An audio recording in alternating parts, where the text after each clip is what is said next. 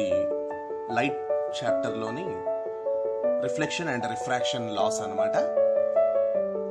మొదటగా reflection we define it as when a beam of light ray hits an obstacle, it bounces back into the same medium. That phenomenon is called as reflection. So అంటే ఒక light ray అనేది incident అయ్యి ఒక hard సర్ఫేస్ని తగిలినప్పుడు అది మళ్ళీ అదే మీడియంలోకి వెనక్కి బౌన్స్ బ్యాక్ అయినట్లయితే ఆ ఫినామినన్ని రిఫ్లెక్షన్ అని పిలుస్తూ ఉంటాం. సో దీనిలో మేజర్గా 2 లాస్ చెప్పొచ్చు.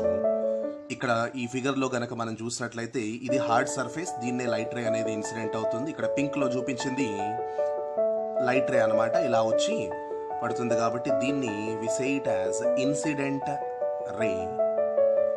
దిస్ ఇస్ ఇన్సిడెంట్ రే వచ్చి ఈ సర్ఫేస్ ఎక్కడైతే టచ్ అవుతుందో ఈ పాయింట్ని we call it as point of incidence. So point of incidence లో తగిలి it is going to bounce back, and ఈ బౌన్స్ బ్యాక్ అయిన ఈ రేని I say it as reflected ray. And ఇక్కడ ఏదైతే పర్పెండిక్యులర్ గా పాయింట్ ఆఫ్ ఇన్సిడెన్స్ కి గీసామో దీన్ని నార్మల్ అంటాం. So normal is nothing but ఒక పర్పెండిక్యులర్ లైన్ అన్నమాట. సో ఎక్కడైతే పాయింట్ ఆఫ్ ఇన్సిడెన్స్ దగ్గర an imaginary perpendicular line drawn is called normal. So incident ray వచ్చి ఇలా తగిలినప్పుడు ఇక్కడ వచ్చే ఈ angle, the angle made by incident ray with normal is called as angle of incidence. So చాలా మంది స్టూడెంట్స్ సర్ఫేస్ తో చేసే యాంగిల్ ని యాంగిల్ ఆఫ్ ఇన్సిడెన్స్ గా పొరబడుతూ ఉంటారు, కానీ ఇట్స్ నాట్ దట్ అన్నమాట. So the angle made by the incident ray with normal is called as angle of incidence, and the angle made by the reflected ray with the normal is called as angle of reflection. Now coming on to the first law ఏంటంటే always the angle of incidence is equal to angle of reflection. So in the case of reflection, angle of incidence is equal to angle of reflection అనేది first law. And second లా చెప్పేది ఏంటంటే the incident ray, reflected ray and the normal all lie in the same plane. So ఇక్కడ మనం గమనించవచ్చు, incident ray అయినా reflected రే అయినా normal అయినా plane కి ఒకే వైపు on the same plane we have it. So అందుకే all the incident ray, reflected ray and the normal lie in same plane. ఈ 2 లాస్ కూడా మీరు సబ్ టైటిల్స్ లో చూడొచ్చు. ఇవి 2 రిఫ్రాక్షన్ లాస్ అన్నమాట. ఇక moving on to refraction. So reflection తో పోల్చితే రిఫ్రాక్షన్ అనేది కాస్తంత భిన్నంగా ఉంటుంది. మనం ఇక్కడ ఈ రిఫ్లెక్షన్ ఫినామినన్ ఏమో మన డే టు డే లైఫ్ లో మన మేకప్ మిర్రర్స్, మనం ఇంట్లో రెడీ అవ్వడానికి ఏదైతే మిర్రర్స్ యూజ్ చేస్తామో అవన్నీ కూడా రిఫ్లెక్షన్ ఫినామినన్ ని బేసిస్ గా చేసుకునే ఉంటాయి. అండ్ మిర్రర్స్ లో చాలా రకాలు ఉంటాయి, ప్లేన్ మిర్రర్స్, స్పెరికల్ మిర్రర్స్, ఆ స్పెరికల్ మిర్రర్స్ లో కాన్కేవ్, కాన్వెక్స్, అవన్నీ కూడా మనం తర్వాత వీడియోస్ లో డిస్కస్ చేయొచ్చు. ఇక రిఫ్రాక్షన్ విషయానికి వస్తే, refraction is nothing but when a beam of light ray hits an obstacle if it penetrates it and enters the other side of the medium. So అంటే ఒక నార్మల్ గ్లాస్ లో గనక light రేని తగిలితే అది దానిలోంచి పాస్ అయ్యి ఇంకొక వైపుకు బయటకు వచ్చేస్తుంది. ఆ ఫినామినన్ ని రిఫ్రాక్షన్ అని పిలుస్తుంటాం. సో ఈ రిఫ్రాక్షన్ ఫినామినన్ లో లైట్ రే అనేది ఏ మీడియంలోంచి ఏ మీడియంలోకి ఎంటర్ అవుతుంది అనేది క్రూషియల్ రోల్ ని ప్లే చేస్తుంది అనమాట. సో అంటే ఇన్ కేస్ లైట్ రే గనక ఎయిర్ లోంచి గ్లాస్ లోకి గనక వెళ్తే, ఇక్కడ ఎయిర్ ని I call it as rarer medium and glass denser medium. దాని సాంద్రత అనేది గ్లాస్ ఎక్కువ ఉంటుంది, డెన్సిటీ. ఎయిర్ దేమో తక్కువ కాబట్టి air is called as optically rarer medium, glass ఏమో ఆప్టికల్లీ డెన్సర్ మీడియం. సో అలా ఒక రేరర్ మీడియం లోంచి డెన్సర్ మీడియం లోకి గనక పాస్ అయితే light ray is going to bend towards the normal. Straight గా నిజానికైతే అలా వెళ్ళాలి, కానీ అలా వెళ్ళదు. మీడియం చేంజ్ అవ్వడం కారణం చేత కాస్తంత బెండ్ అయ్యి నార్మల్ వైపుకు బెండ్ అవుతుంది.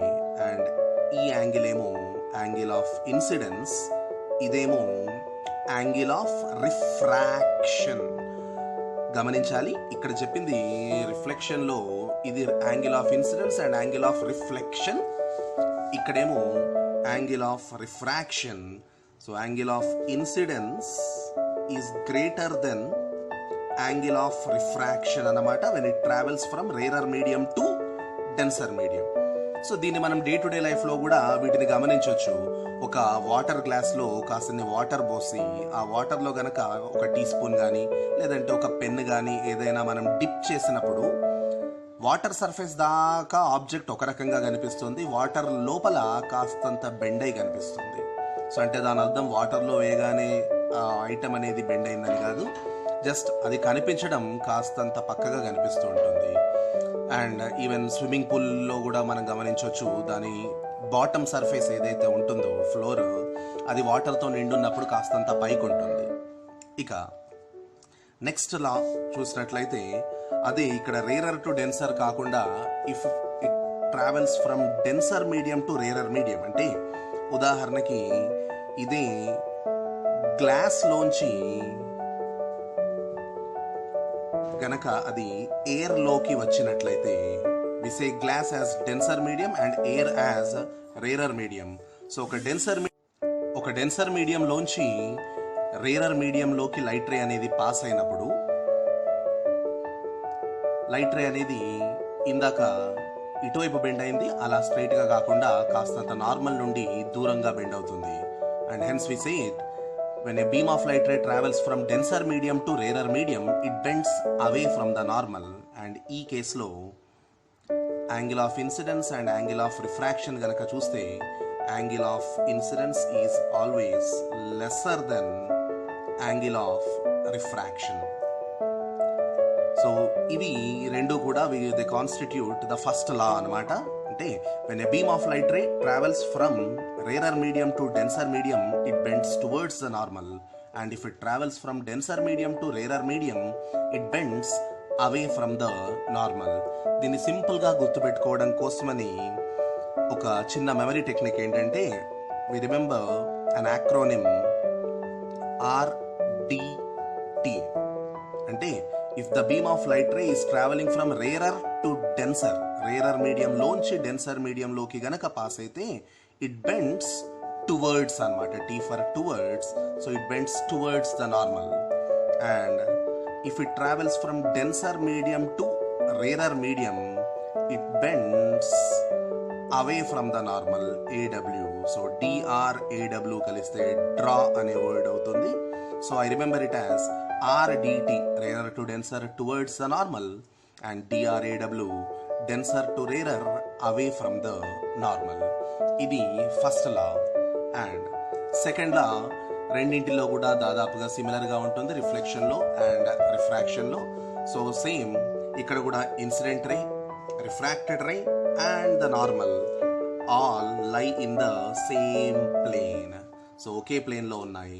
Incident ray, refracted ray and normal lie in the same plane అనేది సెకండ్ లా.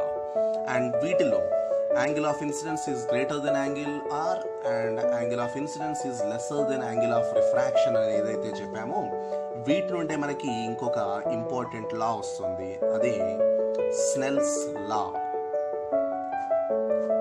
సో ఈ స్నెల్స్ లా ఏంటంటే, the ratio of sine of angle of incidence to sine of angle of refraction is always a constant.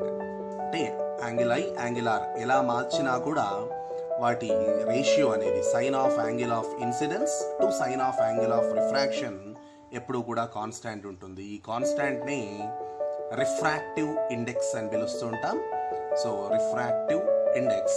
So refractive index గురించి తర్వాత వీడియోస్లో discuss చేద్దాం. And ఇవి laws of reflection and refraction. ఇక for more videos of physics, please subscribe to my channel.